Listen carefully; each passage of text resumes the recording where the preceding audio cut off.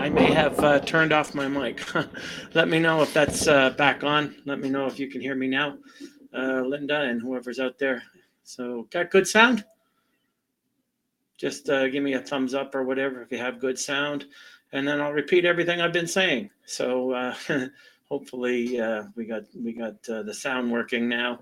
Let me know on that. Looks like I accidentally turned off my mic when I was setting things up. So hopefully that's working. Somebody just type in if the sound's working right now, and we'll take it from there. So yes, good. Okay, so that was my fault, folks. Sorry about that. So anyway, I'm right on time. Anyway, I said I was going to start now, so we're all good. So yeah, I'm going to start this webinar on why people fail at weight loss or physique transformation goals. And it was a good idea. This actually came from a couple of people writing in because I've been doing so many webinars on how my own success with physique transformation over the years, over the decades, and the commonalities there, commonalities with other clients.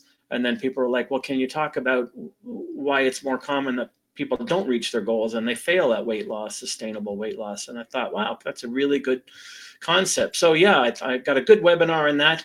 And then just a reminder to everybody else out there who's interested, the Coach Scott Abel Metabolism Experiment starts next week, this time next week, actually, or around this time next week. So if you're interested in that, look for me going live there, and I will be explaining to you how that's going to work and how you can all participate in that. And I even hopefully in the fall have another idea for a strict Coach Scott Abel metabolism experiment with other people, but I'll need 5 men and 5 women for that. So we'll see how that goes when the time comes. So now that everyone can hear me, so you know why people fail at weight loss and physique transformation goals. And I look for the most common elements, and ironically enough, almost all the time when I go to do a webinar on various topics, what happens is just as I'm getting my notes together and stuff, I'll get some kind of Instagram or email forward or something that is exactly pertaining to the subject matter at hand. And that's true today. We're going to talk about why people fail at weight loss or physique transformation goals. And it figures, just as I was preparing for this the other day, someone forwarded me yet another 12-week weight loss challenge nonsense kind of thing. And I think you all know how I feel about that. So let's get to the webinar. And I'm going to divide my big fat head, and I'll do it like this. So hopefully you can all see that. Let me know. Maybe I can. Oh, that's not going to work. Sorry, folks. A lot of new interface here, so I'm just working with that. So yeah. So the problem is far too many people, they start long-term goal is no more than a glorified, it's no more than a glorified wish. Like people start there, like a New Year's resolution. I'm finally going to lose the weight. I'm going to weigh this much by this such and such a day. And then what happens is they have no idea of concept of process. They're not involved in the process. They don't know how to make the process work. They just think that with the goal comes everything else. So it's really, really important to understand if you actually are just having a glorified wish or you're actually having a goal. Now, along that line, I started coaching people more from a Zen approach when I realized that goal setting is not a good fit for everybody. And it's just one of those North American myths that's culturally entrenched, that you got to set a goal and you got to like kill yourself to earn it and all those things. But when you let go of the pressure to perform, then you invite an ease of doing learning process. And that's really important as well. So let me say that again. When you let go of a pressure to perform, you invite an ease of doing learning process. And that's something to consider. So goals and deadlines to meet them are not for everybody. So let me say that again. Goals and deadlines to meet them are not for everybody. So that's a really important thing to consider. So that's where I'm starting at. And again, you'll see all this stuff on Instagram to get eyes on page and shiny new objects and, join us for this weight loss challenge and all the things like that. But let's see what happens. Let's see a different kind of script and follow that and see what happens. So it all has to do with nonsensical beliefs. And I think these are ones I've broken down for this particular webinar. That nonsense belief number one is numbers goals. So what people do is they start reaching for number goal. I want to lose 50 pounds. I want to lose 40 pounds. I want to get in a different dress size. Nothing adds more unnecessary pressure than these ridiculous goals. Not to mention, none of these goals tell you what's going on inside your body. And I'll get more to that later. But when you start with a numbers goal, the glorified wish also becomes something where you're underestimating where the finish line is, and you really have no concept of it. You've just chose this arbitrary thing, and you think it has meaning because you've told yourself it has meaning. So nonsense belief number one is starting a weight loss or body transformation goal with numbers in mind. So ixnay on that. But you got to get rid of that. If you're a person who's tried that before, then the definition of insanity is to keep repeating the same thing, expecting a different result. And again, goals and deadlines are not for everybody. So going to the next nonsense belief then is deadline goals, okay? And here's some examples that I see all the time. So have to lose 20 pounds by my high school reunion. Have to lose 50 pounds for my wedding next June. Have to lose 30 pounds for my beach vacation in 3 months. Almost all the time when I've had these from people, they induce on themselves so much pressure to perform within that time that none of it is enjoyable. And I'll get to that in a while. And they start losing their minds. They're losing their shiznit over something that's entirely preventable and doesn't help them to begin with. So pressure to perform is never an enjoyable or invigorating method to follow. And eventually your heart and mind are going to reject pressure to perform stress. Now, here's an example. I've talked about this many times before in the past. I've helped ladies lose weight for their wedding days, et cetera, et cetera. And then what happens is they just have this arbitrary date. I'm going to lose the weight, lose the weight, lose the weight. And they stick to it because something like that is something they've been dreaming of their whole life. So I've helped ladies lose 40, 50, 60 pounds. And then guess what happens after that date? That date's over. It's like falling off a cliff. This deadline goal, they haven't done anything to line up process for after that. So they gain all the weight back. And then, you know, they have nice homes with their wedding pictures on their mantle or whatever, where they were 60 pounds lighter. And every time they walk by that mantle, they feel a sense of shame about themselves. So deadline goals in and of themselves are dead ends. And you don't want to be looking for things like that, especially for me, having people rebound, weight gain, and then feel shame because of it is usually reflective of the fact that they had the wrong goal to begin with. And that's what this webinar is all about, why people consistently fail at sustainable weight loss and physique transformation. So all of this nonsense of deadline goals is just another way to put your mind and then therefore your body under pressure to perform, which you're going to abandon when you realize you can't meet the deadline. And for all the examples and more, I mean, I'm sure you can think of some. Exactly, I need to lose weight for my daughter's wedding, etc. But no one asks the question in those environments, and then what? You know, I'll use the wedding metaphor again. It's like the couple who's been engaged for 2 years and all they ever do is fight, but they get married without ever asking the question, then what?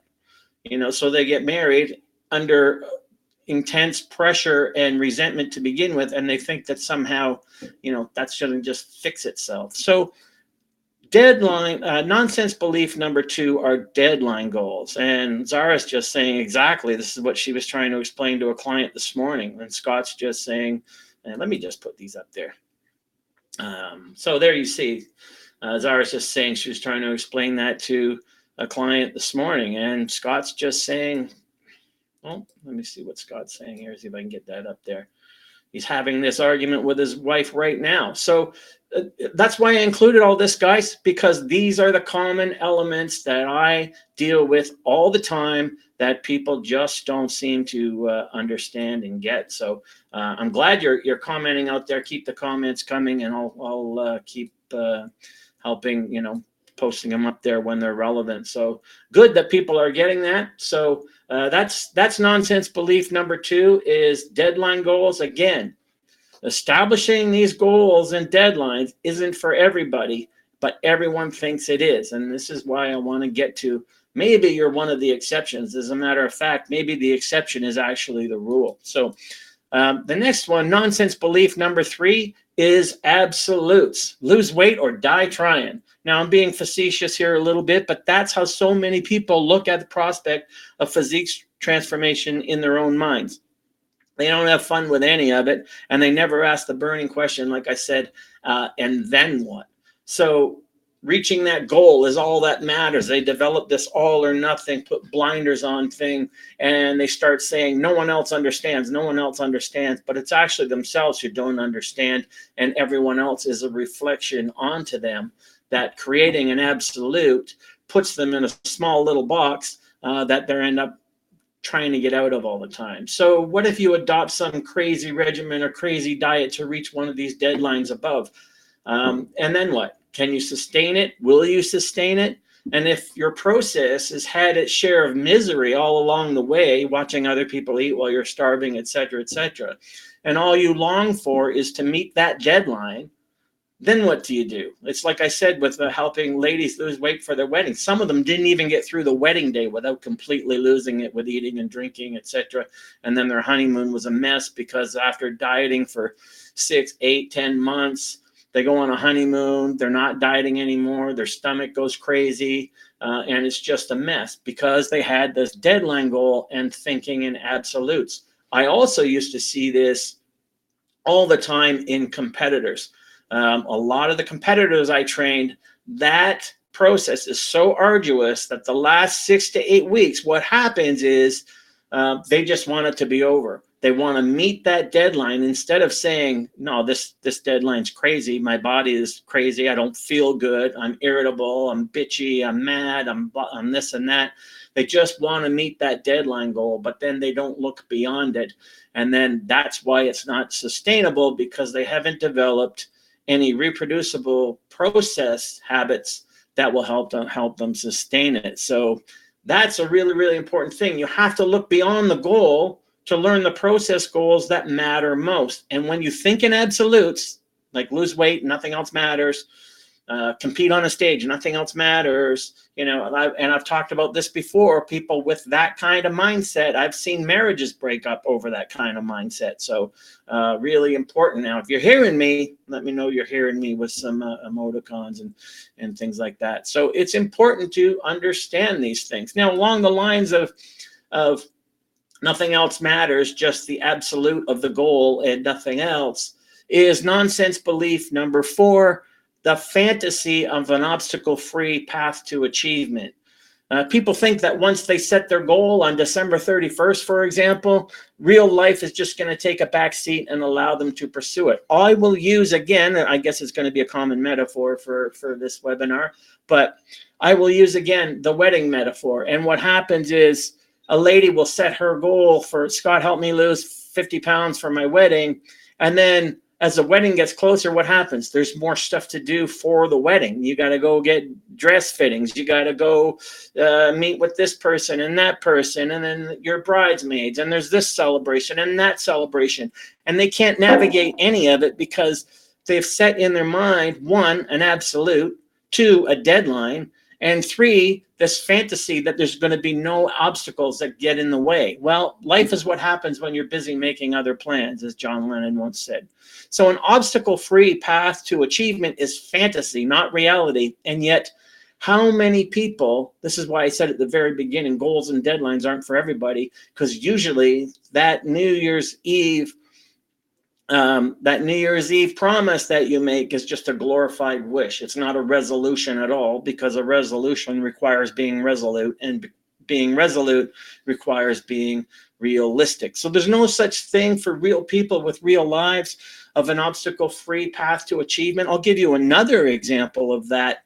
I'll get people who are signing up for me for one-on-one coaching, and what they'll do is they'll send me a picture of someone who obviously competes for a living, lives in the gym 6 days a week, and yet they'll say, I've got 2 kids under the age of 5, I've got kids' activities, I got a full-time job, I have a spouse, but I want to look like this person. Well, that person that you're describing, you haven't looked anything at their lifestyle, that they have nothing but the time to create an obstacle-free path to their achievement, whereas you may not. So you got to be realistic, and inflexibility is a path to failure. So remember that. Inflexibility is a path to failure.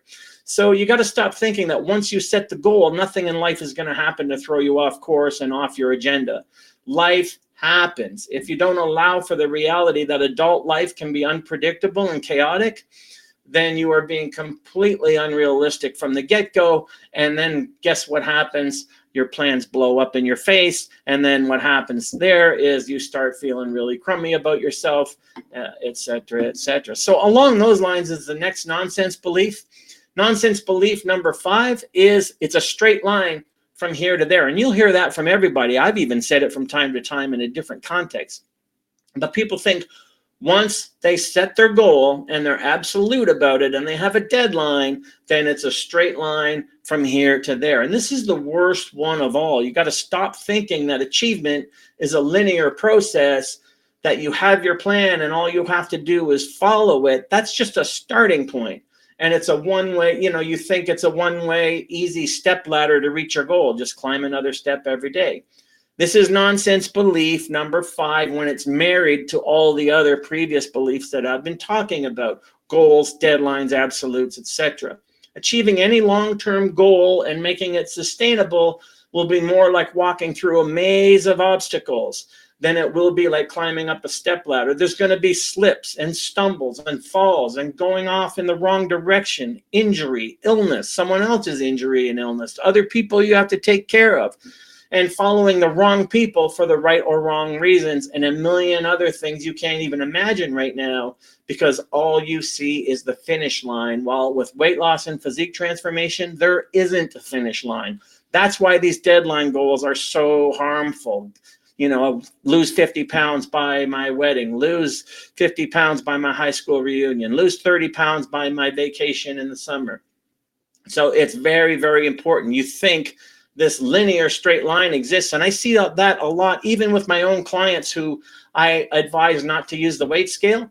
They will check in with me. Oh, I know I shouldn't have weighed myself, but the scale stopped moving. And then they start freaking out, thinking that this is just this one straight line from the day they commit to the day they finish. And then when that straight line doesn't happen, guess what? They start finding flies in the ointment and everything falls in on itself and implodes. And then guess what happens there? So the reality, let me just see here. We got some more. This is good. We'll get some more comments in here. So just saying that in my experience, deep down, there's a feeling of not being good enough. I've talked about that before, of course, as a common female trait, because the vanity industries sell women that you're never good enough the way you are. So it's not even a resolution, it's a fantasy. And yeah, I mean, this is why I'm doing this. So many people, if they're being honest, will recognize themselves in this webinar of why they failed before. And Catherine just saying, yeah, all or nothing thinking in absolutes, and that the path is clear and there's no obstacles. And that's just absolutely ridiculous. And then Bronco saying, what to do with a person that claim wanting to lose weight but don't follow through with any diet strategy or exercise plan? Well, that's a different topic for another time. I'll get to that. But right now, I just want to keep talking about the nonsense beliefs that keep people failing at their goals. So that's this is what it really looks like. So people have this, okay, they set a goal, they set a deadline, they think in absolutes, all the other things I've said, and then they start thinking that the path is a linear one. So here's the fantasy that people buy into. Now look at this closely. You got to accept that the path is in what it is instead of fantasizing about it. So on the left, like the slide says here, this is what people think success looks like. Just there's my goal at the beginning. There's my step case, stair ladder, step staircase effect, and then there's my finish line. Boom, so easy. But what it really looks like, if you're a real adult living in the real world with a real life, it usually looks like the picture you see on the right. So maybe this is where you are at right now, realizing you're in the middle of these squiggly lines. Again, this is another way coaching can come in handy, because who's going to help you navigate from not going backwards, sideways, a little bit up, a little bit back, that kind of thing. But that's what success really looks like. I learn more from my failures than my successes, and I would advise you that most experts will tell you the exact same thing. So once again, the goal, the deadline, the absolute thinking, all these other things set up a fantasy that success looks like what you see on the left. Again, that's what people think it looks like, whereas people who have actually climbed the mountain, reached the summit, enjoyed the view, and able to reclimb it at any time, it really looks like the picture on the right. They just learn from all those squiggly lines along the way, instead of believing in the fantasy that's on the left. And then when that doesn't work out, start self-shaming, self-recriminating, self-judging, instead of learning from all those things. For very, very important. And Olga is just joining, and Olga's just saying the only way to maintain physical, mental fitness, have no deadlines, and simply enjoy the process. Yeah, you're a couple slides ahead of me there, Olga, but this is it. So what I'm doing first is explaining the nonsense beliefs that add on to each other and cause people to fail at weight loss and physique transformation goals, and then the solution to those. So you're right on the money there, Olga. Thanks for the comment. And yeah, I'm glad that people are participating. But that's what success really looks like. And if you're in the middle of those squiggly lines, even if you find your way out of it, you're not going to know how you did it. And that's the other thing, establishing a reproducible process that if you get off track, sidetracked, whatever, knocked down, dragged out, then you already have a process that you can just insert yourself back into. Most people don't have that. They'll go to the next shiny object. You don't know how many people I see on social media. This is a pet peeve of mine going on right now.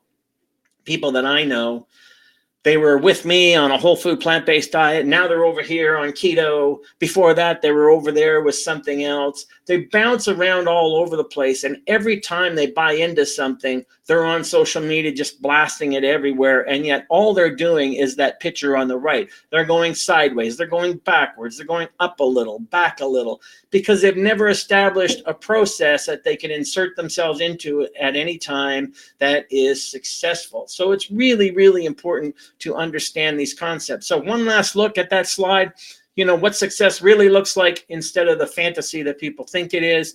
And now the solution to stop believing in nonsense. So I take the Eastern philosophy approach. Most of you that know me know that.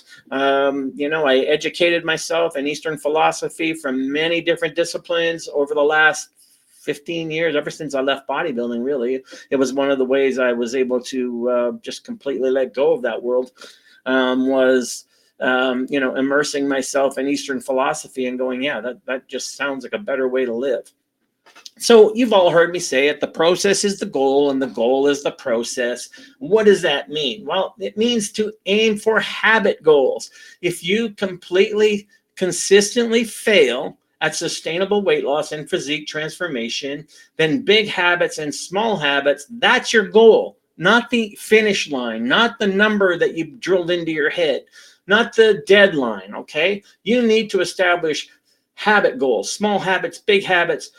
This is what changes you in the direction you need to go. Forget the weight scale, forget dress sizes, forget deadlines. Let me say that again. Forget the weight scale, forget dress sizes, and forget deadlines. Most people will say, yeah, that sounds real good, but they won't do it. Or they'll do it for a couple of days and they'll go back to what feels comfortable, even though it no longer fits, right? So, you know, the jeans you wore 20 years ago, you try them on, but they no longer fit, but you tell yourself they feel comfortable. It's that kind of nonsense in your head.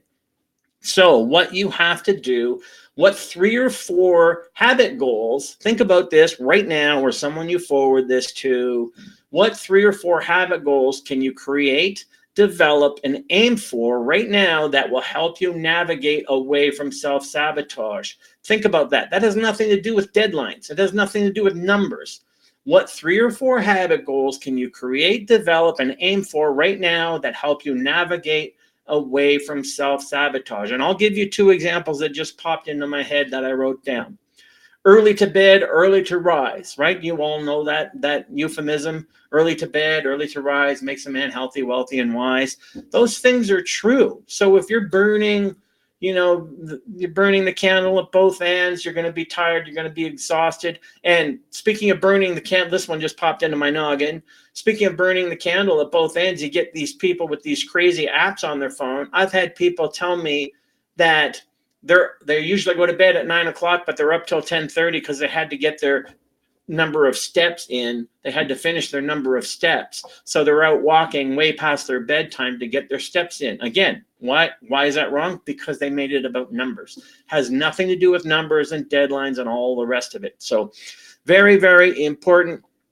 So the other one that pops into my head, pay yourself first. What does that mean? It means set up a process where the things that are going to take you to success come first and all the other things come second. So it's really important. So I will get a lot of especially new moms, like, when do I find time to work out? I got to drive the kids to school. I got to do that. And usually what it means is they just start getting up an hour earlier. So they get up, they do something for themselves. You pay yourself first. This is what I want to do for me. Do that first. It's the same thing they say on airplanes, right? When they give you the spiel when you're flying, put your own oxygen mask on first, then help everybody else. Well, if you really want to reach your goal, what are some habit goals, big and small, that you can develop right now and pay yourself first in actually exercising them? People don't do that. That's another thing a coach is for. So Lana's just saying, let me get Lana's comment up here. So true. Now she understands the value of sleep, because a lot of new moms, they are sleep deprived through no fault of their own. So they will go out of their way to find people to, like family members or babysitters or whatever, to come over just so they can get some sleep, because that's how you pay yourself first. Again, nothing to do with numbers, nothing to do with deadlines. Okay. But everything to do with how you will get there. And let me explain this to you in another way as well. Why don't you have to think about brushing your teeth every day? Why don't you have to wake up and today I'm going to brush my teeth? Today I'm going to brush my teeth. I promise. Why not? Because it's an automatic, non-draining behavior based on a formed habit. It was a small habit that started a long time ago that you probably don't even remember. Same thing with using the potty or whatever. All right. And you no longer have to think about it because it's an automatic neural event in your head. It's a non-effort. It doesn't drain you. It doesn't exhaust you. None of those things. So really, really important that you get it. And if you don't get it, you're not going to get there. And if you do get there, guess what happens? If you do get there, it looks more like this. You don't know. You're on the right over here. You don't know how the hell you got there. So as soon as you get knocked off your perch, you don't know how to get it back. So you try the next shiny object, and then you try the next shiny object after that. And then before you know it, you're lost again. So that's really, really important stuff. So we have to understand what habits become. They become automatic, non-draining behaviors. If working out every day for the last 40 years was an emotionally draining challenge of willpower for myself or for anybody else that's lasted as long as I have, we'd all be dead. The stress would be too great. But it's an automatic neural event formed from small habits developing the little habits. I started getting up at 4 a.m. just because I wanted to walk my dog all those years ago along the waterfront and witness the sunrise and the light come up. Guess what? That became a habit that is now 7 days a week, no matter what's going on in my life. I no longer have my hooch, my dog. So I still get up at 4 a.m. Pay yourself first, okay? And latch on to cliches that help you. So early to bed, early to rise, whatever it might be that gets your juices flowing.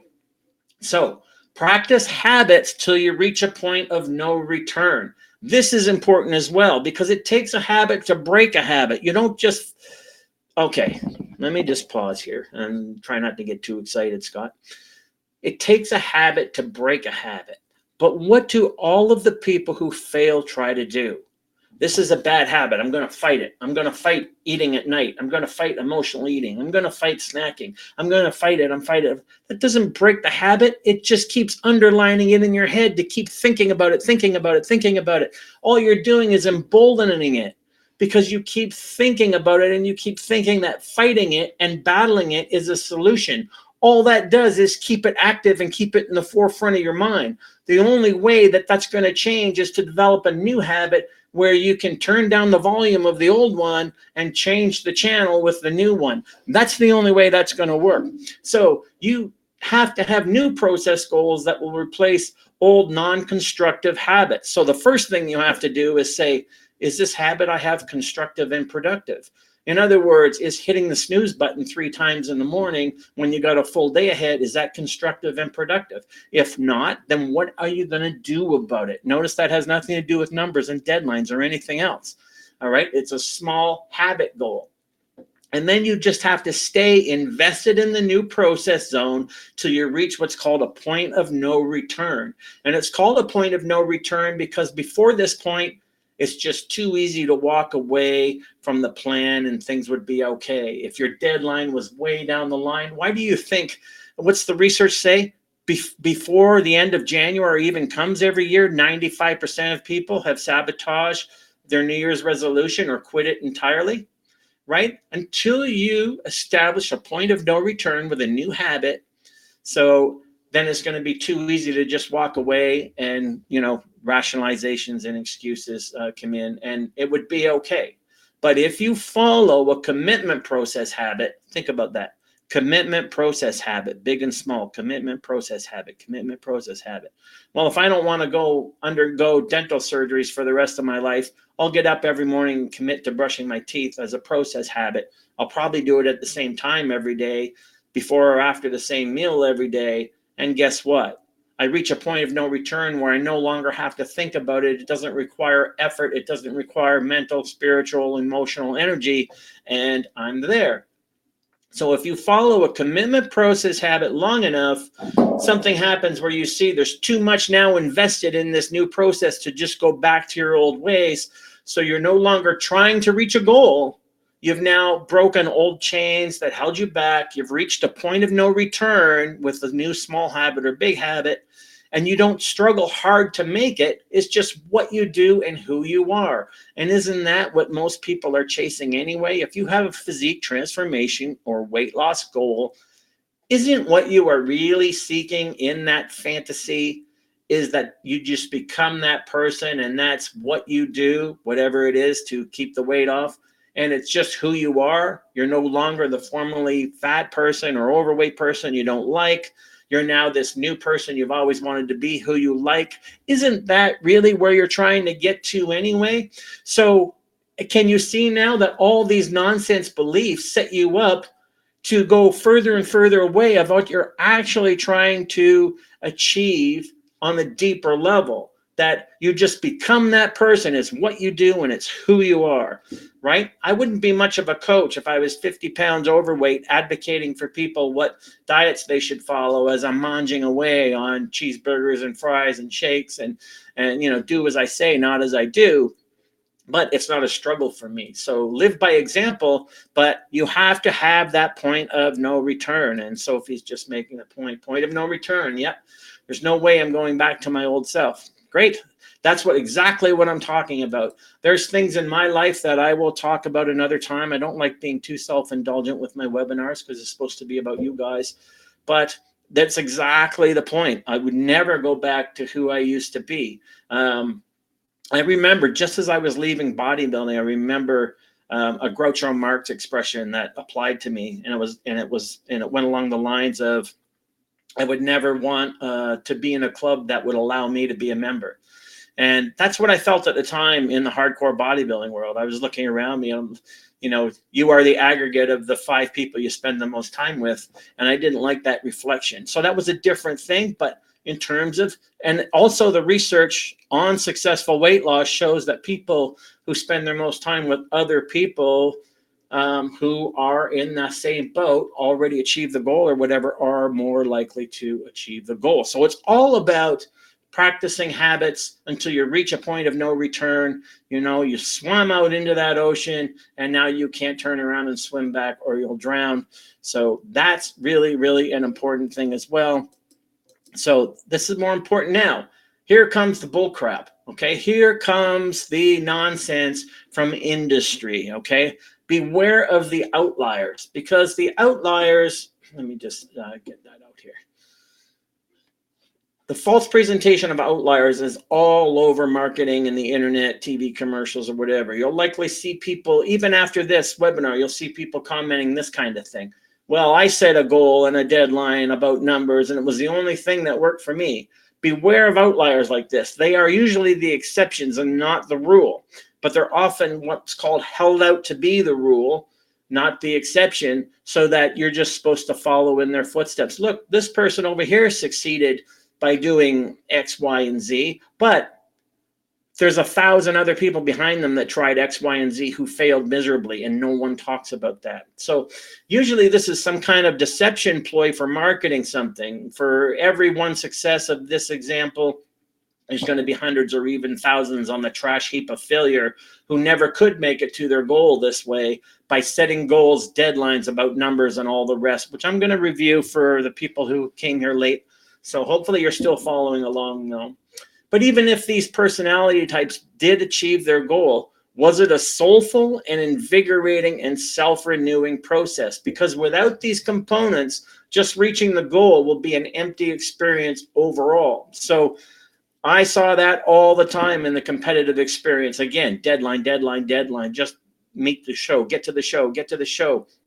And then after the show, they were just empty because it wasn't all they thought it was going to be, and it wasn't a soulful and invigorating self-renewing process. It was more like a survival mission. No carbs for weeks at a time, hours of cardio 7 days a week, and they survived it, but it wasn't anything they could reproduce on a level that was soulful, invigorating, and self-renewing. So then it ends up being an empty experience. So watch out for people who go online and talk about the numbers and talk about all these things, very, very, all results oriented, but nothing about the process. What did it cost them in terms of their life? Because if it's not adding to your life, it's costing your life. And nobody thinks about that when they think in absolutes and they do goals, deadlines, and numbers. So now this held out to be thing, when I wrote for the Muscle Mags back in the day, this tactic of held out to be, that was used all the time to sell supplements or whatever.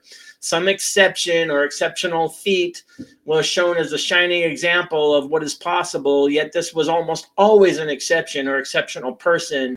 Yet what they did was held out to be an example of some rule or principle for you to follow for easy success, even though that rule or principle had nothing to do with the actual exception. Like we used to do it for, creatine marketing. We would have somebody not work out for 3 or 4 weeks and then go back to the gym week 1. And of course, they're weaker than when they left off. But by week 2 or 3, you show them benching 100 pounds more than they did before. They're also on a whole drug stack, pharmaceuticals, whatever, and then they're held out to be that the creatine did all the work. But you got to watch out for that the exceptions are presented as the rule. Watch out for physical specimens that are just that are held out to be representing commonplace ways to go about things. Remember, now you see this right in here, over 95% of people who undertake a weight loss goal by numbers and deadlines fail to reach that goal, let alone sustain it. So this is really, really important. So yeah, we're getting some really good comments here. So let me just get back to some comments. Let me finish my thought here, and then I'm going to post these comments. I'm so glad that everyone's participating. So, the bottom line here, and I'm not done yet, but the bottom line here is maybe the hard line approach of end goals and deadlines and numbers aren't for you. Maybe that's something you should consider, but nobody ever does. They get sucked into 12-week transformations and dress sizes and weight scales, and habit goals and process commitments are what deliver you to where you want to be. Let's repeat that a few times. Maybe one of you will type it in there and I'll put it on the screen. Habit goals and process commitments, no finish line. Habit goals and process commitments are what deliver you to where you want to be. So, not long distance fantasy combined with pressure to perform. The long distance fantasy of a finish line combined with pressure to perform is what? A recipe to fail over and over and over again. So that's really, really what you need to find out, accept, etc., etc. So that's what you want to watch out for. And again, that 95% number, that's why I'm doing this particular webinar, why people consistently fail at permanent weight loss and physique transformation. Well, that's why, because they start with the wrong mindset to begin with. And when you have a mind full of crap, crap is what comes out. So Allison's just saying, haven't found food habits that better serve and don't feel too regimented. Well, regimentation and routine are good things, Allison. I wrote all about those things in my book, Beyond Metabolism. I don't know if you can see the title behind me there, but I talk about all those things and why they work, even work better than food choices. And you might actually be a good candidate, Allison, for my later in the fall, my metabolism experiment. I'm going to need 10 volunteers for that, but I'll talk about that another time. I want to stick with the matter at hand. So let me just, as I'm doing that, let me just get to this slide. Let's review for the people who came late. Let me just get this off of here. So why people consistently fail to reach their goals. So one, nonsense belief number one, number goals, dress sizes, weight scales. Nonsense belief number two, deadline goals. Nonsense belief number three, thinking in absolutes. Nonsense belief number four, having a fantasy of an obstacle-free path to achievement. That's not realistic for real people with real lives. Nonsense belief number five, thinking that success is a linear straight line from here to there, from point A to point B. And nonsense belief number six, believing in the outliers, which are usually outright liars. So very, very important that you understand all that. I'm going to leave that up and I'm going to go to, let me just see here. Zara, as I once said, who keeps track what happens 5 or 10 years down the line, it's all about becoming that person that you think this transformation goal is going to get you to be. Why not just be that person along those lines and then see what happens? So Atif is just saying, hey there, I'm 46, train 3 to 4 times a week using weights only, no cardio, but I'm still not losing that last 10 pounds of fat. Any recommendations? Well, I think you came to this late, Atif, because the one thing I've been talking about is the numbers. Forget about the last 10 pounds of fat. You don't know how much of that's fat, muscle, or water. You just know you have a number in your head that you want to usurp. That's not good thinking. That's going to lead to failure. And even if you do usurp that number, you don't know that that's fat you lost. You just know that 10 pounds less showed up. And you don't know if you're going to keep that. Here's another good story along those lines. So that's something for you to think about, Atif, and go back and watch the previous beginning of this webinar. I remember a long time ago, one of my first shows, there was a guy in my gym, a complete moron. And I remember I hadn't seen him in a while, and he came in. He was one of those guys that just loved to talk about his own life. And he was telling everybody, well, he had the flu for like 10 or 12 days. He had some really bad bug, intestinal virus or whatever. And he lost 10 or 12 pounds, but he was happy because now he was just going to keep it off. So he got really sick, lost 10 or 12 pounds, and just thought he could just keep it off. Well, that 10 or 12 pounds, of course, is from vomiting and diarrhea and water weight. And as soon as you start eating and drinking, it comes right back on again. But this is how silly people get when they think it's about numbers. So really, really important. So let me get back to Olga's comments. This is great that you guys are joining in and commenting.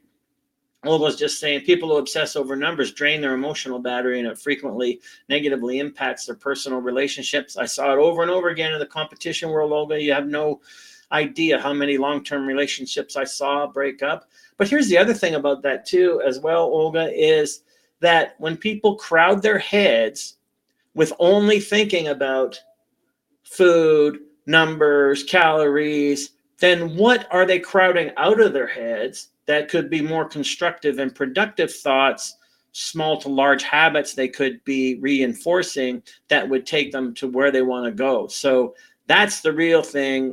That's important. So you just, yeah, you're tripping on great stuff here, Olga. Very, very important. So, and then of course, questioning the goal itself. What was the goal all about, and was it really worth it? It's funny. I was just earlier on, I was creating some quote cards for social media, and one of them was, for me, one of the reality points for me, reality bites, was I got so fascinated with what my body could do that I was blind to what I was doing to my body. And I see this, especially amongst female competitors. They get warped into this thing where they think the only way that they're going to keep their weight under control is to keep competing. So of course, you know, as they get older and they're doing this to their bodies, what I call deprivation stacking, over dieting, over training, then they get hurt, then they get older, then they're trying to chase a look of youth on top of trying to be artificially lean, which isn't sustainable. And then, of course, they end up with a whole head full of bad wiring. And where do you think that's going to lead? It leads to nowhere good. I've even seen it lead to huge addiction to things like cocaine and methamphetamine and rehab centers. And yeah, it's a mess. So Sophie's just saying, I can't stand it when people ask me how long it took me. Doesn't matter how long it takes. Great point. That's a boom shakalaka, that one. Great. Yeah, it's the wrong question. Numbers, deadlines, all of that stuff, absolute thinking. It's again, Sophie, you're just reinforcing the whole point of this webinar, why people consistently fail at sustainable weight loss and physique transformation, because that's the way everybody thinks. That's just such a great, excellent point. So yeah, very important. So Allison's just referring to my previous comment, definitely interested in the metabolism experiment. You'll be surprised what it's all about. Hopefully I can get people who will be honest enough. We're going to have to trust but verify. I'm looking for 5 men and 5 women who will actually follow the food diet instructions by doing it online. So we know we're not just taking their word for, I promise I ate what you told me to eat kind of thing. We'll do it online in a private Facebook group, and I'm going to blow people's minds with what I can show you about metabolism. Anyway, that's a future project, so I don't want to get too into that one. But Sophie's just saying, exactly. Last week I weighed the same as the week before, but I lost 2 inches on my waist. The scale lies sometimes. And guess what, Sophie? I haven't weighed myself in 10 years, maybe longer. That's going to change next week with my own metabolism, Coach Scott Abel metabolism experiment, putting my mouth, putting my body where my mouth is. So it's going to be a several weeks long experiment. And I'm hoping people will want to participate and join and watch and learn about metabolism in real ways, because everyone, a lot of people follow my stuff and a lot of people copy and repeat my stuff as if it was their own when it comes to metabolism.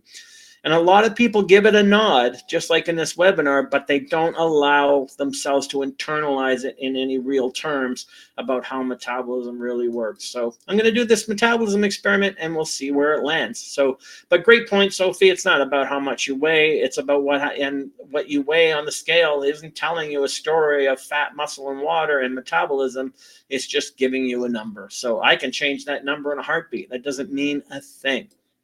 And I used to do that for the magazines, before and afters and all this stuff that they would talk about fat burners. The supplement companies, I was a paid endorsed athlete, but it was also because I kept secret from them on how I could get clients to lose 10 or 15 pounds. And of course, they would attribute it to their magic fat burner. It had nothing to do with it. It was just what I knew about metabolism and how I could manipulate the body. So Mark's just saying, I came late. Thanks for the recap. Looking forward to going back and watching all of it. What are some of the actionable areas of focus for those who are obsessed with numbers on a scale or calories, even when they claim they aren't? Wow. I would say right there, Mark, third-party intervention, as in having a coach. I've had a gazillion clients that fit what you just wrote. and really they can't get outside their own heads, so they need a third party to help them stay outside their own heads. I even did an experiment way back when I did the Empowered Women's course back in 2012, I think it was, where I had the members take a sledgehammer or a ball peen hammer to their weight scale, and then describe how that felt and what it meant to them, and we had all kinds of responses. But this is the thing, what I talked about earlier, Mark. When you go and rewatch this, you'll see what I talked about, entrenched habits, and how it takes a habit to replace a habit. If people don't have someone else to help them, then they're just fighting against these habits, which keeps these habits in the forefront of their mind and keeps them active. They're not weakening those bad habits and self-sabotaging things at all. They're actually reinforcing them by trying to fight against them. Oh, I'm fighting against the urge to weigh myself. I'm fighting against the urge to use my Fitbit. I'm fighting against the urge to, track my calories online.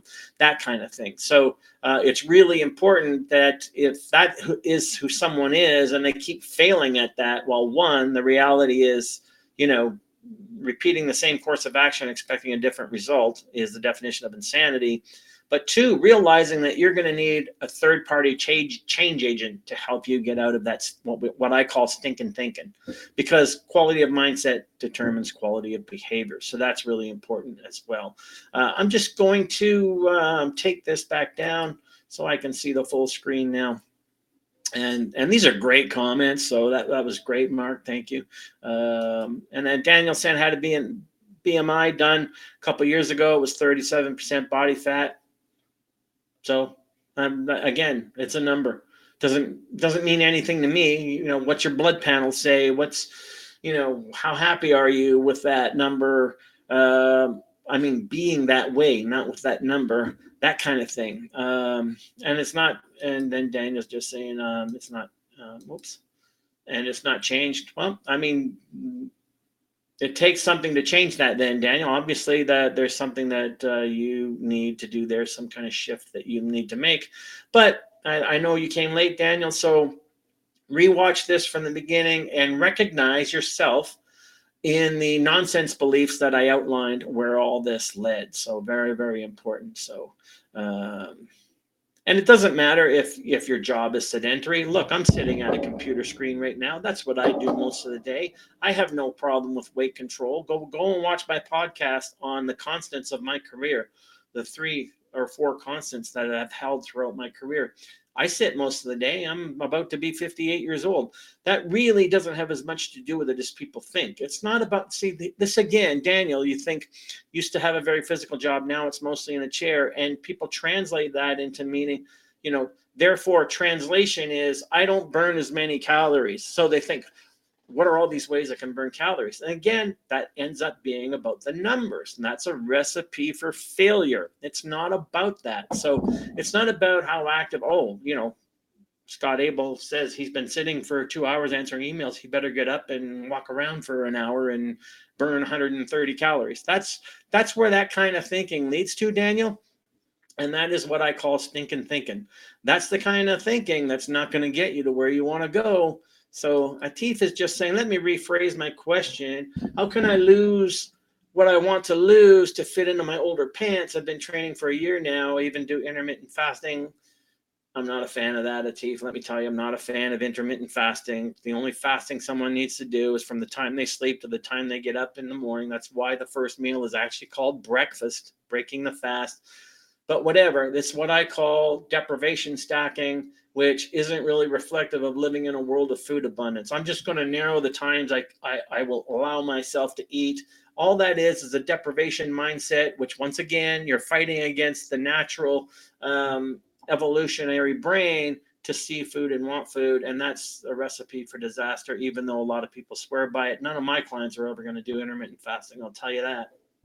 So I can't seem to lose the weight I want to lose. Okay. It's frustrating. Well, that's part of the mindset is what's producing the frustration, Atif, because you're still making about the numbers. You want to lose the weight, fit into old pants. So that's the goal, but you don't say anything about process goals other than the intermittent fasting, which is a mistake. So what about the smaller goals and the bigger habits that you can form and forget about the older pants, forget about all that stuff, leave that aside and think about a new course of thinking, which will lead to a new course of action. But I would suggest a plant-based diet for you as well. But I mean, that's a whole other thing that requires coaching. So I won't.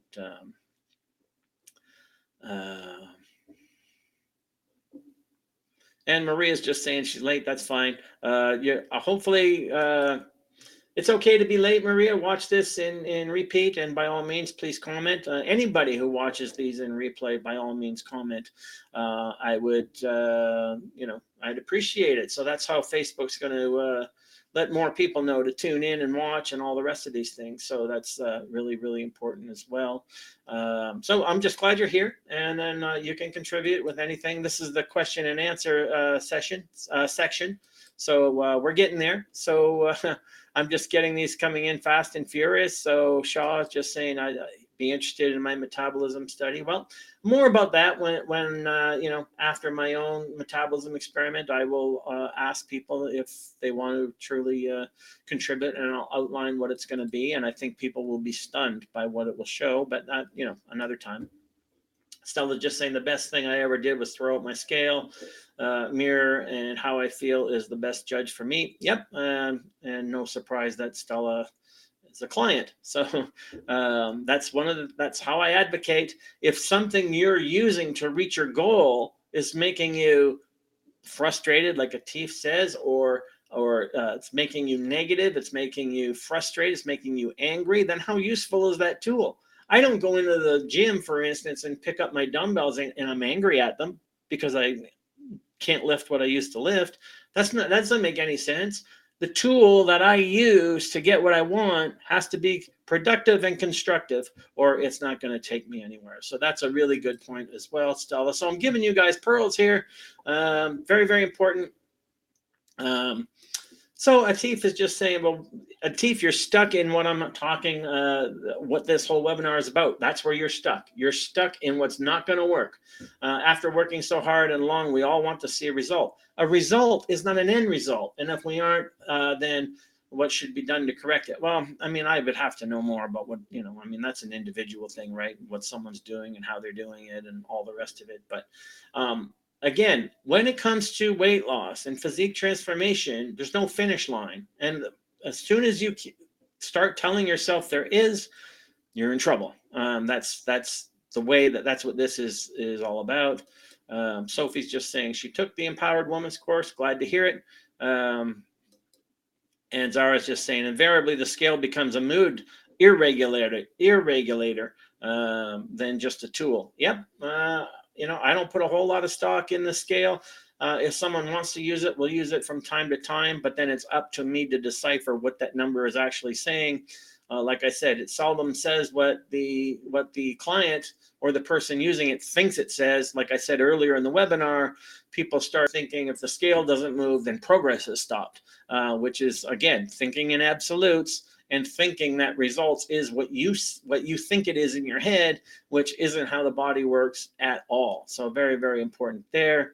It's sad when clients say, it feels so good since I've started working with you. I'm sleeping well, more energetic, but when will I see results? Yeah, they don't understand those are results. Those are constructive, productive results that will lead somewhere.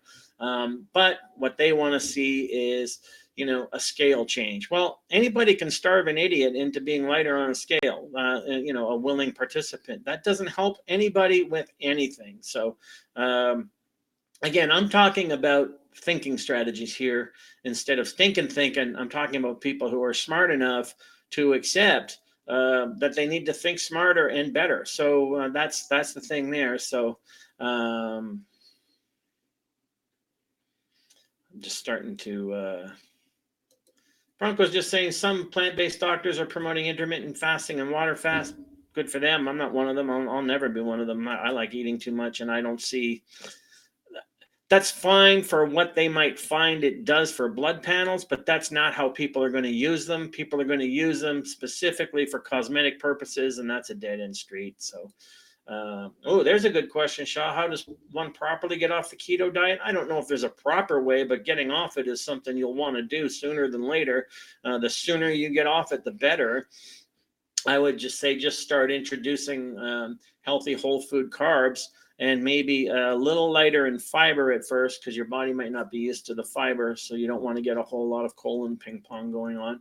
So maybe just, little bits of brown rice here and there, and then take the fat down and then increase the carbs. That's something you really should have oversight about. Someone should be helping you with that. So yeah, very, very important. So good question though. I could do a whole webinar on that one, but what you want to do though is definitely get off it. That's for sure. So yeah, very, very important as well. So let me go back here. Let me just go there one more time. So to repeat and review what this webinar, why people consistently fail to reach their physique transformation weight loss goals. Maybe goals and deadlines aren't for you. If you're someone who keeps repeating that path and failing, then that should be proof to you that that's not the path for you to work and the path for you to use. So here we go. The nonsense belief number 1, numbers goals. It's not about numbers. Nonsense belief number 2, deadline goals. That just leads to pressure to perform instead of ease of doing. Absolutes, lose weight or die trying. Nothing else matters. Change my body. That's not a great way to keep the people in your life. Nonsense belief number 4, a fantasy of obstacle-free path to achievement. Life is what happens when you're busy making other plans. Things are going to happen. And if you're inflexible, then the whole thing's likely to implode. The linear thinking, it's a straight line from here to there, which let me just go back to here. Of course, that's what success really looks like, is on the right. What people think it looks like is some straight line they imagine in their head of how easy it should be.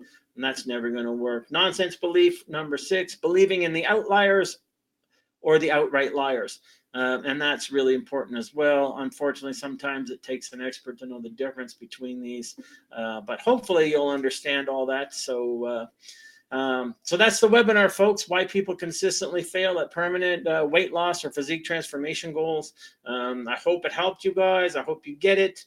And then, yeah, I mean, by all means, hit the share button, hit the emoticons. I really need your help with that, folks, because a lot of people like to steal these concepts, et cetera, and the more emoticons and shares that you use, the more attention Facebook will give to my live sessions, the more eyes we can get on all this. So hopefully someone benefited from this, or someone who could, and that's it. And I will see you all next time. Don't forget, next week, pay attention. I'll let you know when I'm going live. I'll be going live at least twice next week to introduce you to the Coach Scott Abel metabolism experiment. And then number 2, to set it on its way. And I think some of you will find it very interesting, and it's going to go on for as many days as I'm doing it. So hopefully, yeah, good one, Dan and Michelle. I didn't get that at first. I'm just looking at your comment. So hopefully people like Dan and Michelle, you can share this as well. Good people doing good work. And yeah, so hope the metabolism experiment starts next week. I'll explain all that to you for the ones who tune in. And then hopefully those of you who are interested will take part when you can over the course of the as it unfolds. So I'm going to prove something to you about all that. So that's it for me. Thank you all for being out there. And by all means, like I said, hit your share buttons, and we'll see you all next time. Boom.